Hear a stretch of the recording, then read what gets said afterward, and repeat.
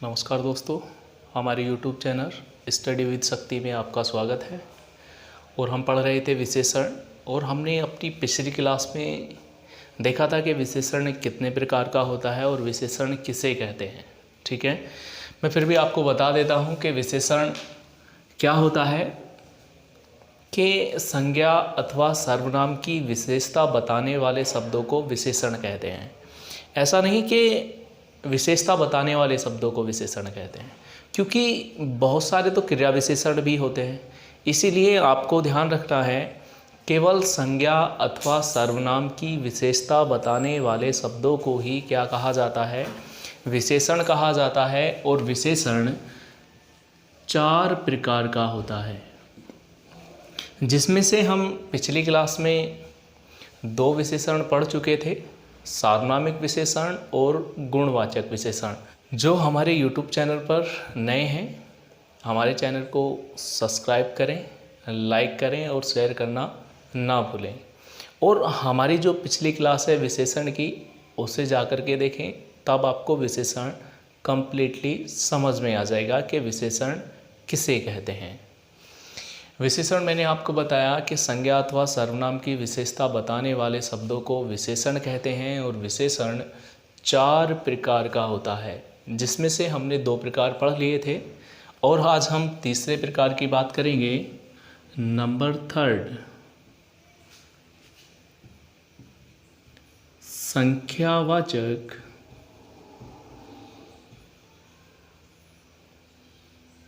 विशेषण।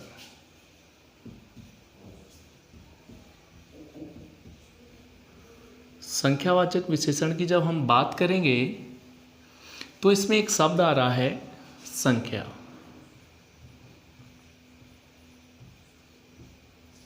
और मैंने आपको बता दिया कि विशेषता बताने वाले को तो विशेषण ही कहते हैं।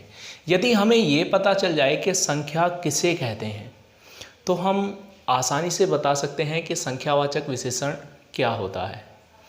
यदि हमें ये पता हो कि संख्या क्या चीज़ है, संख्या किसे कहते हैं, तो मैं बता दूं कि जिसे हम आसानी से गिन सकते हैं उसे संख्या कहते हैं। जिसे हम आसानी से गिन सकते हैं उसे संख्या कहा जाता है।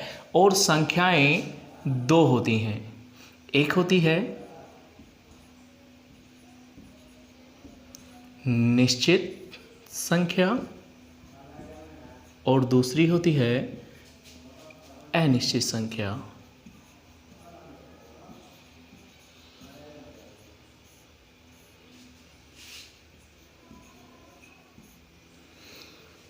मैंने अभी आपको बताया कि संख्या हम किसे कहते हैं, जिसे आसानी से गिन सकते हैं उसे हम संख्या कहते हैं। और संख्या 2 प्रकार की होती है, एक निश्चित संख्या और दूसरी अनिश्चित संख्या।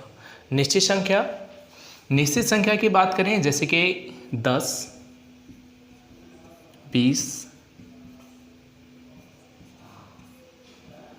4, या फिर 4 आदमी, 10 बसें, 2 लड़के, ये हमारी निश्चित संख्या होगी, क्योंकि हम 2 लड़कों को आसानी से गिन सकते हैं, या फिर 100 लड़के आसानी से गिने जा सकते हैं। लेकिन यदि मैं अनिश्चित संख्या की बात करूं, तो मैं कहूं कुछ लड़के, तो ये क्या कहलाएगी, अनिश्चित कहलाएगी। तो हमें पता चला संख्या किसे कहते हैं, जिसे हम आसानी से गिन सकते हैं वो संख्या कहलाती है। और संख्या 2 प्रकार की होती है, निश्चित और अनिश्चित। उसी ही प्रकार जो हमारा विशेषण है संख्यावाचक विशेषण, ये 2 प्रकार का होता है। संख्यावाचक विशेषण कितने प्रकार का, 2 प्रकार का होता है। एक होता है निश्चित संख्यावाचक विशेषण,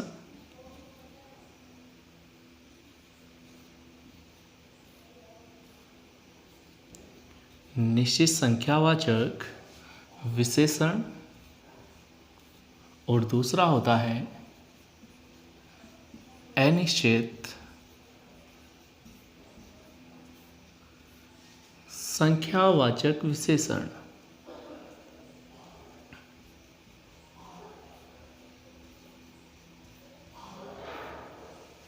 क्योंकि जब हमारी संख्याएं 2 प्रकार की होंगी, तो उसी ही प्रकार जो हमारा संख्यावाचक विशेषण है ये कितने प्रकार का होगा, दो प्रकार का होगा, एक होगा निश्चित संख्यावाचक विशेषण और दूसरा अनिश्चित संख्यावाचक विशेषण। और बात करते हैं इसमें हम नंबर 1 निश्चित संख्यावाचक विशेषण की।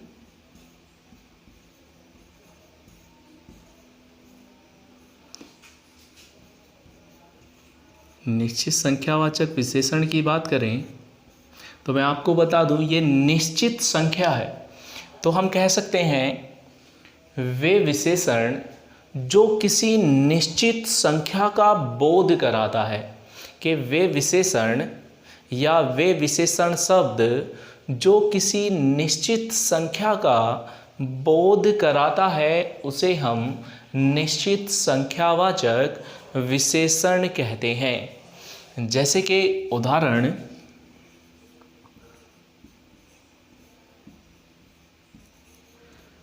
4 गाय या 10 लड़के,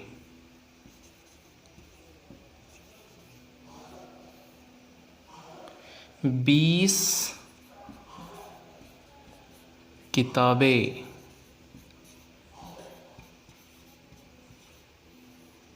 आदि।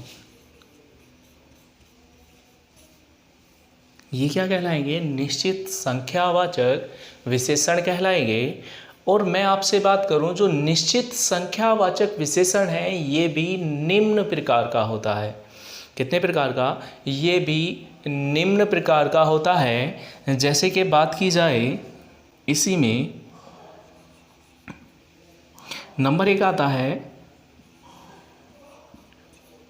पूर्ण निश्चित संख्यावाचक विशेषण।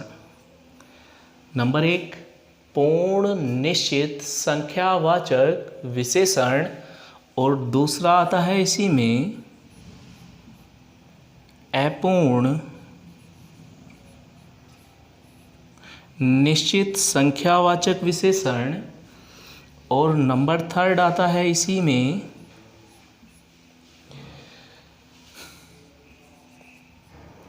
क्रम निश्चित संख्यावाचक विशेषण, और इसी में नंबर 4 आता है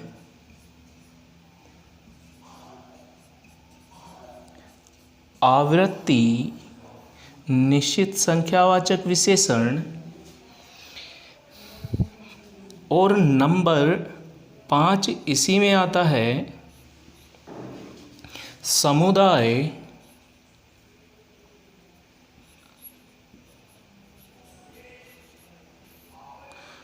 निश्चित संख्यावाचक विशेषण, और नंबर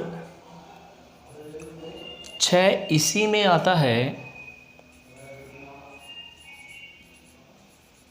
प्रत्येक बोधक निश्चित संख्यावाचक विशेषण।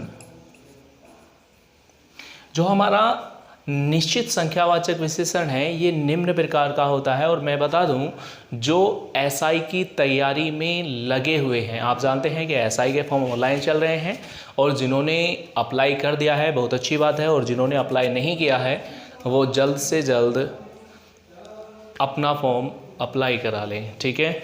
और जो एसआई की तैयारी कर रहे हैं उसके लिए बहुत ज़्यादा मस्ट है। और जो हमारा आप जानते हैं कि 2021 जो हमारा महामारी से जूझ रहा है, ठीक है, इसमें कोई भी व्यक्ति अपने घर से बाहर ना निकले और घर पर ही अपनी स्टडी करें, क्योंकि आप जानते हैं कि महामारी कुछ ज़्यादा ही चल रही है और डेथ भी काफ़ी हो रही हैं 2021 में।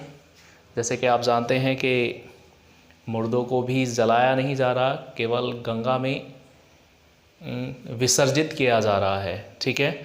तो मैं आपसे कहना चाहता हूं कि घर पर ही अपनी तैयारी करते रहें, और 2021 के लास्ट ही वैकेंसियां बहुत ज़्यादा आएंगी। जैसे कि यूपी में तो काफ़ी, जैसे कि आपका यूपी पुलिस है, कांस्टेबल आने ही वाला है, और आप जानते हैं लेखपाल के बहुत दिनों से चर्चा हो रही है कि आने वाला है, आने वाला है। तो मैं ये तो नहीं कहूँगा कि निश्चित ही आएगा, लेकिन ये ज़रूर बता दूँ आपसे कि लॉकडाउन खुलने के बाद हो सकता है कि आपको उसके दर्शन हो जाएं, इसलिए तैयारी में बने रहें, ठीक है। तो मैं आपको बता दूं ये एसआई वालों के लिए या फिर जो लेखपाल की तैयारी कर रहे हैं उनके लिए बहुत ज़्यादा महत्वपूर्ण होने वाला है। मैं आपको बता दूं कि पूर्ण संख्या क्या होती है। ठीक है, देखो यदि पूर्ण संख्या की बात की जाए तो 1, 2, 3, 10, 20, 30, 40, 15, 11, 12, 13, 14, 15, ये जितनी भी हमारी संख्याएं हैं ये सब क्या कहलाती हैं? पूर्ण संख्या कहलाती है। जैसे कि आपसे कहा जाए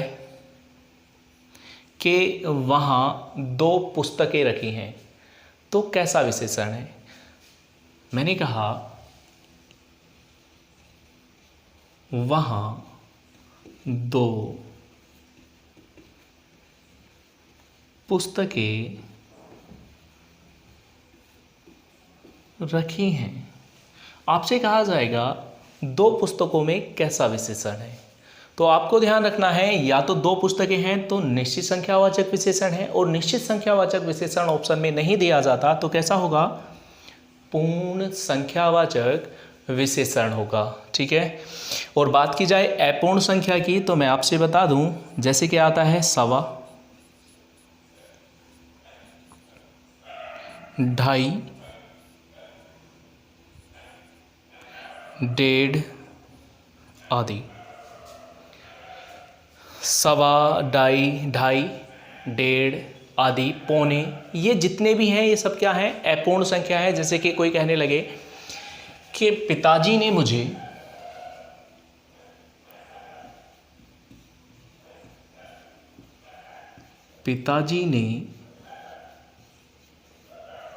मुझे 125 रुपये दिए। पिताजी ने मुझे 125 रुपये दिए। तो यहाँ पर आपसे पूछ लेगा कि 125 में कैसा विशेषण है। तो मैं आपसे बता दूँ, बहुत से व्यक्ति जैसे कि 125 रुपये दिए या फिर 1.5 रुपया दिया, तो आधे व्यक्ति सोचने लगते हैं कि ये अनिश्चित है। ठीक है, तो ध्यान रखना है आपको कि वहाँ पर आपको ये तो पता चल जाएगा कि 125 रुपये दे के 125 रुपये दीजिए, हमें पता चल गया है कि निश्चित है। लेकिन वहाँ पर निश्चित संख्यावाचक विशेषण ना दे करके आपसे देगा पूर्ण संख्या, अपूर्ण संख्या, या फिर इनमें से कोई और सा दे देगा 2। तो हम सोचेंगे कि ये तो पूर्ण संख्या है, लेकिन ये किस में आता है? अपूर्ण निश्चित संख्यावाचक विशेषण के अंतर्गत आता है। ठीक है, और नेक्स्ट बात की जाए क्रम। आप जानते हैं क्रम क्या होता है।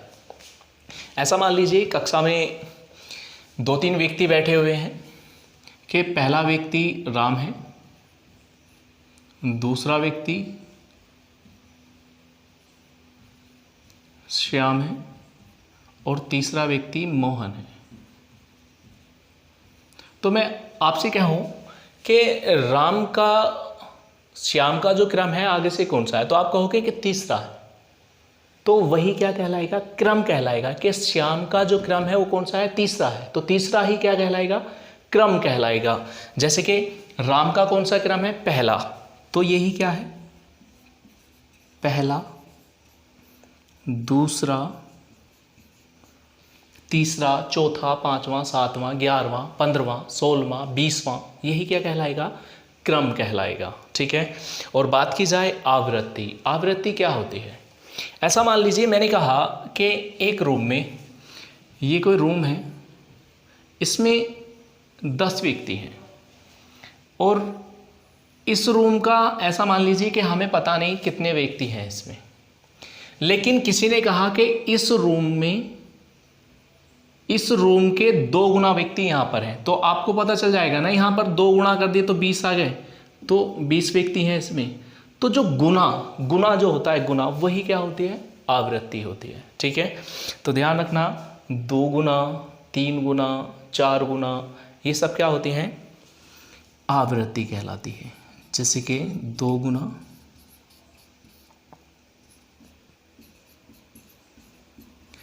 3 गुना आदि, जैसे कि 4 गुना, 5 गुना, 6 गुना, 7 गुना, ये सब क्या कहलाती है? आवृत्ति कहलाती है।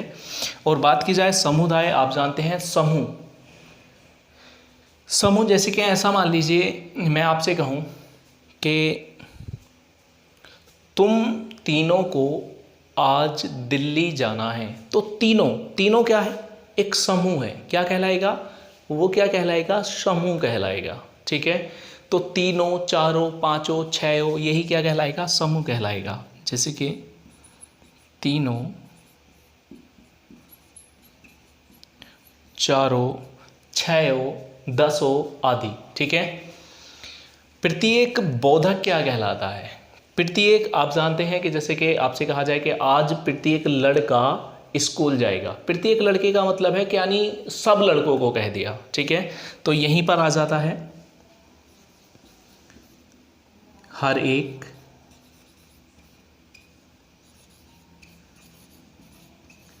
प्रत्येक आदि। ठीक है, तो ये सब किस में आते हैं, हमारे प्रत्येक बोधक में आते हैं। और प्रत्येक बोधक किसके अंतर्गत आता है, हमारा संख्यावाचक विशेषण के अंतर्गत आता है। ठीक है, ये हमारा हो गया निश्चित संख्यावाचक विशेषण। और अब हम देखेंगे नंबर 2, अनिश्चित संख्यावाचक विशेषण। अनिश्चित संख्यावाचक विशेषण क्या होता है।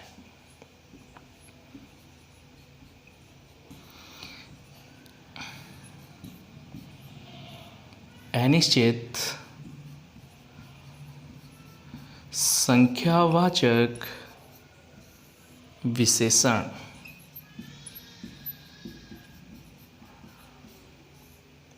यदि मैं बात करूं अनिश्चित संख्यावाचक विशेषण की, तो मैंने आपको पहले ही बता दिया था कि संख्या क्या होती है जिसे हम आसानी से गिन सकें। और जब अनिश्चित की बात की है तो मैंने अनिश्चित भी बताया था आपको। अनिश्चित क्या होता है, अनिश्चित का मतलब होता है कि वह संख्या जिसका हमें पता ही ना हो कि वहाँ पर वो कितनी है। ठीक है, वही क्या कहलाएगा, अनिश्चित कहलाएगा। जैसे कि ऐसा मान लीजिए आप किसी कक्षा में पढ़ रहे हैं और कक्षा में आने के बाद आपसे कोई कहने लगे कितने बच्चे हैं, तो आप कहोगे 50 बच्चे होगा।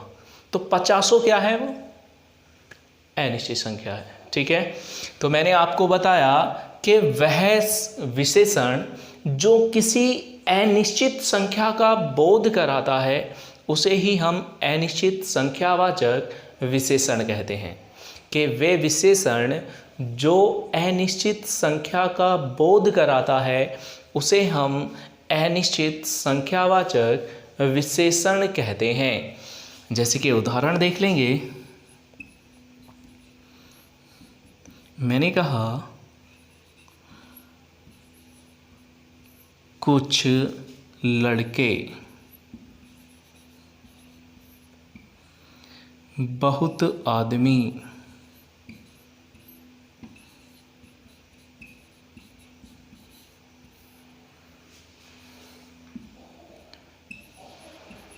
कम गाय आदि, यही क्या कहलाएगा, अनिश्चित संख्यावाचक विशेषण कहलाएगा। आप इसका स्क्रीनशॉट लीजिए और बात करते हैं चौथे विशेषण के बारे में। ठीक है, स्क्रीनशॉट ले लिया होगा, मैं इसे रफ कर देता हूँ और बात करेंगे चौथे विशेषण के बारे में कि हमारा नंबर 4 विशेषण। नंबर 4 हेडिंग डाल लेंगे परिमाणवाचक विशेषण। परिमाण, पहली बात तो मैंने अभी आपको यही बताया कि जब तक हमें ये पता नहीं चलेगा कि संख्या क्या होती है तो हम ये नहीं बता सकते कि संख्यावाचक विशेषण क्या है। और बात कर रहे हैं हम नंबर 4 की। नंबर 4 है हमारा परिमाणवाचक विशेषण।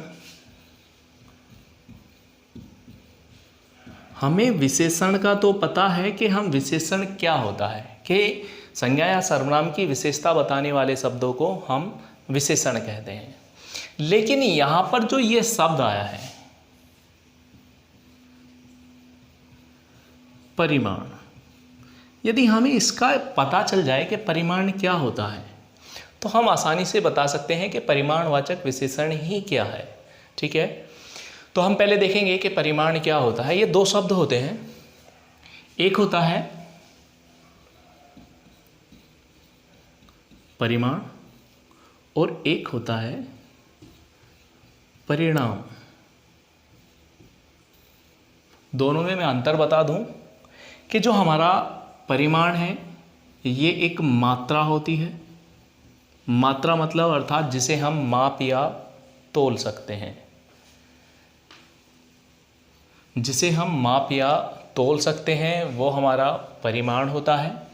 और रिज़ल्ट यानी अर्थात कहने का मतलब ये है जैसे कि आप साल भर तैयारी करते हैं और तैयारी करने के बाद जब आपकी परीक्षा ली जाती है और परीक्षा देने के बाद जो रिज़ल्ट आता है, ठीक है, यानी जो फल उसका प्राप्त होता है, कोई किसी को 70%, किसी को 40%, किसी को 80%, किसी को 99%, यानी जो फल रिज़ल्ट आता है हमारा वही क्या होता है, परिणाम होता है। ठीक है, तो दोनों चीज़ों में कंफ्यूज नहीं होना है। कभी कभार हिंदी में जब हमारे युग्म शब्द पूछे जाते हैं तो आपको ये दोनों देखने को मिल जाएंगे। आपसे पूछ लेगा परिमाण और परिणाम में क्या अंतर होता है या फिर इनका अर्थ क्या होता है। ठीक है, तो ध्यान रखना है, ये एक मात्रा होती है और ये एक रिजल्ट होता है, यानी फल होता है। फल खाने वाला नहीं, कभी आप खाने वाला सोच लें, ये एक रिजल्ट है। ठीक है, तो मैंने अभी आपको बताया कि परिमाण क्या होता है। ये एक मात्रा होती है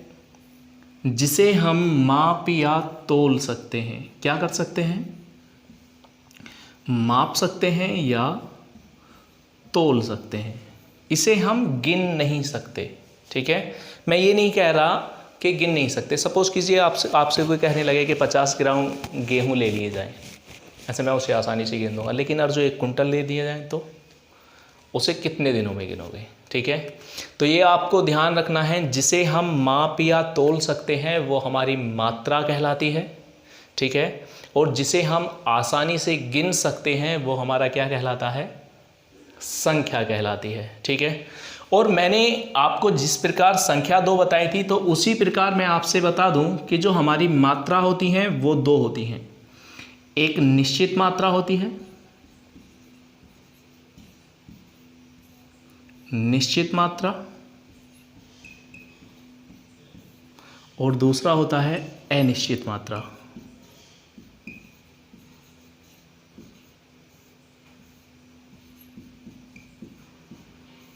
ठीक है, एक होती है निश्चित मात्रा और दूसरी अनिश्चित मात्रा। निश्चित मात्रा क्या होती है? यानी वह मात्रा जिसका हमें यह ज्ञात हो कि वह है कितनी। यानी अर्थात कहने का मतलब जैसे कि आपसे कह दिया जाए 5 किलोमीटर दूरी,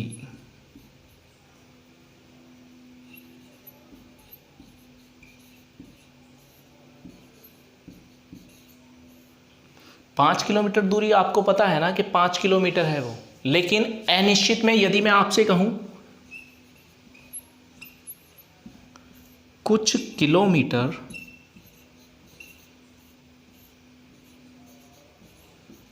दूरी, तो अब हमें यह ज्ञात नहीं है वह दूरी है कितनी।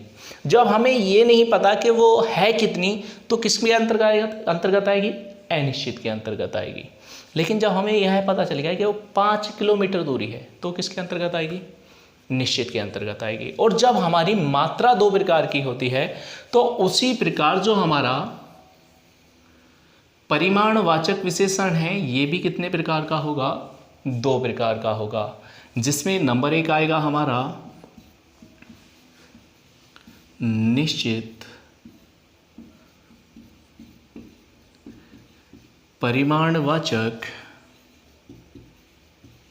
विशेषण,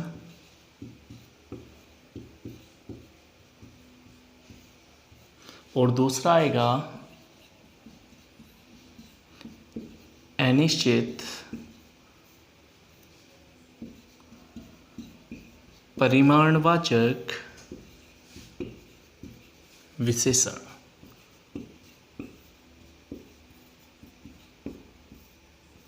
यदि मैं बात करूं निश्चित परिमाणवाचक विशेषण की, यानी नंबर 1 हेडिंग डाल लेंगे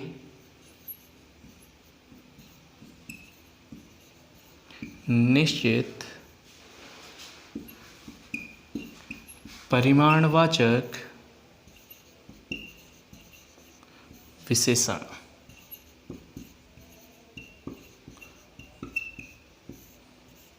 लैंग्वेज यानी वे विशेषण शब्द वे विशेषण शब्द जो किसी निश्चित मात्रा का बोध कराते हैं। यानी वे विशेषण शब्द जो किसी निश्चित मात्रा का बोध कराते हैं उसे निश्चित परिमाणवाचक विशेषण कहते हैं। उसे निश्चित परिमाणवाचक विशेषण कहते हैं। जैसे कि उदाहरण देखेंगे,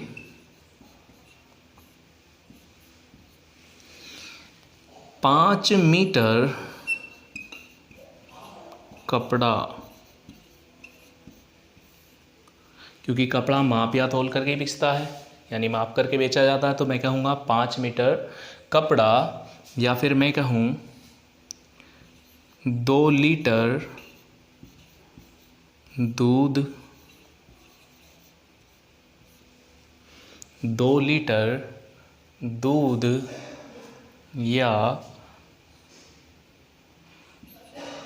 6 किलो गेहूँ आदि।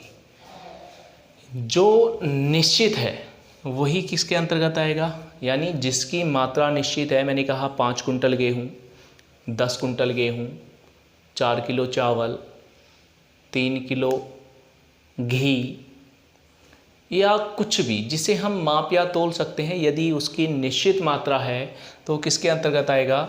निश्चित परिमाणवाचक के अंतर्गत आएगा। और यदि मैं बात करूं नंबर 2,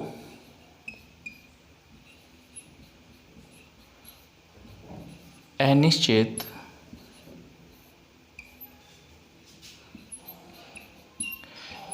परिमाणवाचक विशेषण की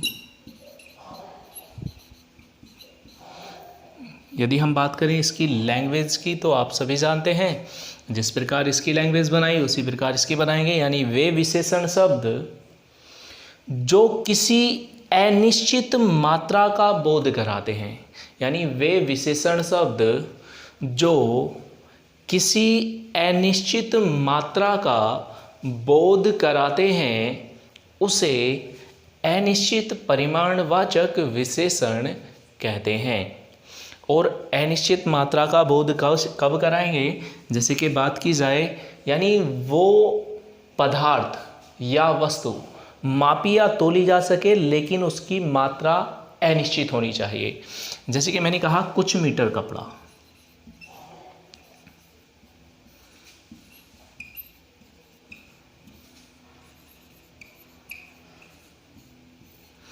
तो यहाँ पर हमें पता था कि 5 मीटर कपड़ा है, तो वो क्या था? निश्चित था।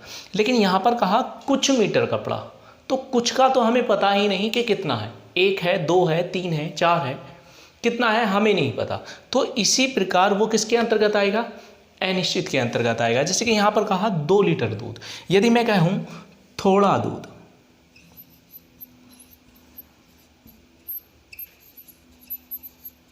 या कम दूध, बहुत दूध, तो यहाँ तक तो हमें पता था कि 2 लीटर है। लेकिन यहाँ जब उसने कह दिया थोड़ा दूध, तो हमें ये नहीं पता कि वो कितने लीटर है, 1 लीटर है, 2 लीटर है, या कितना है। तो वो किसके अंतर्गत आएगा? अनिश्चित के अंतर्गत आएगा। जैसे कि मैं कहूँ कि कुछ कुंटल गेहूँ की आवश्यकता है, तो कुछ की तो आवश्यकता है, हमें नहीं पता कितनी, 1 की है या फिर 5 की भी है, क्या पता उसके लिए 5 कुंटल गेहूँ कुछ में हो, लेकिन हमें नहीं पता। इसलिए कुछ, थोड़ा, कम, बहुत, ये सब किसके अंतर्गत आएंगे? अनिश्चित के अंतर्गत। और निश्चित में आप सभी जानते हैं जहाँ पर निश्चित मात्रा का हमें पता चलेगा वही क्या कहलाएगा? निश्चित परिमाणवाचक विशेषण कहलाएगा। ठीक है, ये हमारा यानी जितने भी हमारे विशेषण के 4 भाग थे वो कंप्लीट हो गए हैं। ठीक है, और मिलते हैं हम इससे नेक्स्ट वीडियो में, यानी नेक्स्ट क्लास में, और बात करेंगे इससे अगले टॉपिक के बारे में। और जो हमारी वीडियो पर नए आए हैं वो हमारे चैनल को सब्सक्राइब करें, लाइक करें, शेयर करें, जिससे आपको हमारी नेक्स्ट वीडियो का अपडेट जल्द से सबसे पहले प्राप्त हो। क्योंकि मैं आपको बता दूं ये कोरोना काल चल रहा है। ठीक है, कोरोना काल में कोई भी व्यक्ति अपने घर से बाहर ना निकले, घर पर ही स्टडी करे। हम आपके साथ बने हुए हैं, ठीक है। और अपनी स्टडी में मेहनत और लगन के साथ करें ताकि आपका नंबर आ जाए, क्योंकि जितनी भी प्राइवेट संस्थाएं हैं आप सभी जानते हैं वो सभी बेकार हैं। क्या है, 50,000 की सैलरी है मंथ की, मैं मानता हूँ चाहे उसकी 50,000 की सैलरी है, लेकिन इस वक्त प्राइवेट संस्था बेकार है, ठीक है। आप जानते हैं यदि किसी व्यक्ति की 15,000 रुपये सैलरी है और वो सरकारी है, तो आप सभी जानते हैं वो चाहे घर बैठा हो या अपनी जॉब पर हो, उसके 15,000 पर मंथ आ रहे हैं, ठीक है। तो मैं आपसे यही कहना चाहता हूँ कि ये 50,000 बेकार हैं आज के टाइम में और ये 15,000 सक्सेस हैं। और आप सभी जानते हैं कि भुखमरी ज़्यादा फैल रही है, ठीक है। तो इसलिए आप भैया घर पर ही पढ़ें और लगन से पढ़ें, ठीक है। मिलते हैं नेक्स्ट क्लास में। जय हिंद।